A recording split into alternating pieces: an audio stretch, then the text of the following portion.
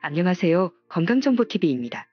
오늘은 잠을 많이 자도 개운하지 않거나 다음날 피곤하다면 의심해야 할 질병에 대해 알아보겠습니다.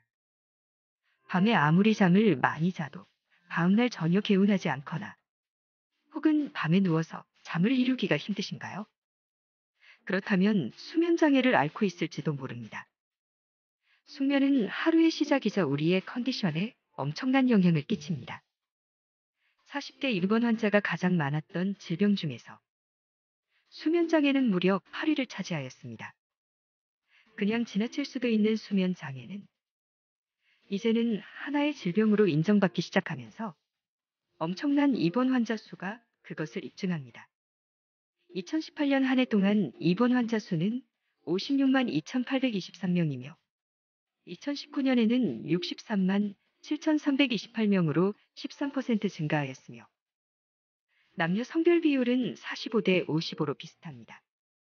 건강보험심사평가원의 통계에 따르면 수면장애로 고생하는 환자는 지난 4년간 꾸준히 증가하여 무려 40%나 증가했다고 합니다. 수면장애는 다양한 질환들이 있습니다. 수면장애의 질환 증상들과 치료 방법에 대해 알아보겠습니다. 첫 번째, 코골이 및 수면 무호흡증. 코골이는 피곤하면 나타나는 아주 흔한 생리 현상입니다. 하지만 그 증상이 심해지면 수면 중 호흡이 멈추는 수면 무호흡증이 나타나게 됩니다. 수면 무호흡증이 하룻밤에 40회 이상 나타난다면 숙면을 취하기 힘들고 산소 공급이 어려워 다음날 피로감, 무기력증, 두통, 기억력 저하 등의 증상이 나타납니다.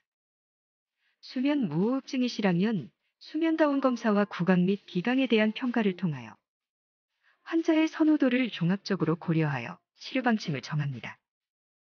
증상에 따라 수술법과 환자의 선호도에 따라 수술이 달라집니다.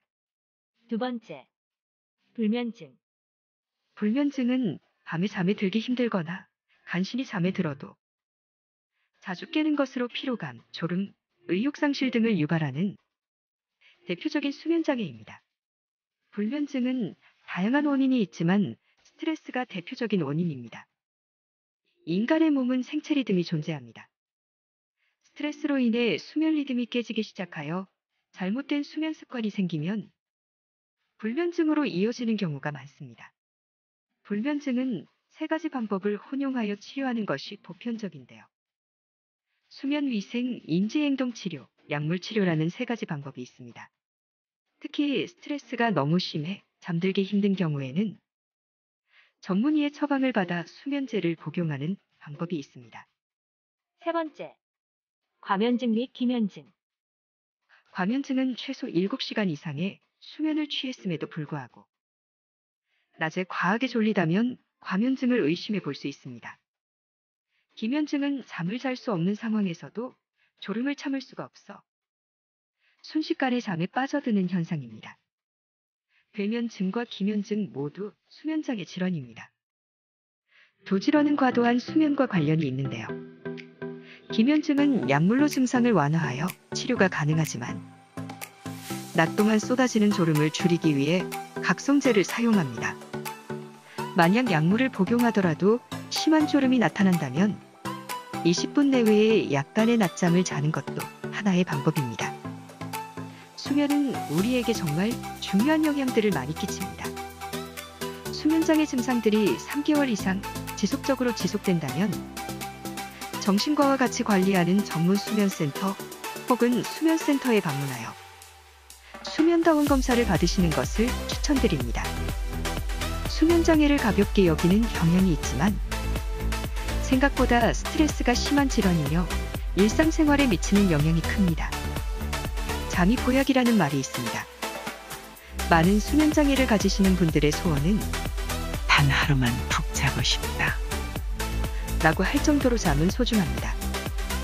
수면장애를 겪으신다면 오늘 하루는 푹 잠들 수 있기를 응원합니다. 힘내세요. 구독하기를 누르시면 매일매일 무료로 건강정보를 받으실 수 있습니다. 끝까지 시청해주셔서 감사합니다. 구독과 좋아요는 저에게 큰 힘이 됩니다. 오늘도 즐겁고 행복한 일들만 가득하시길 바랍니다.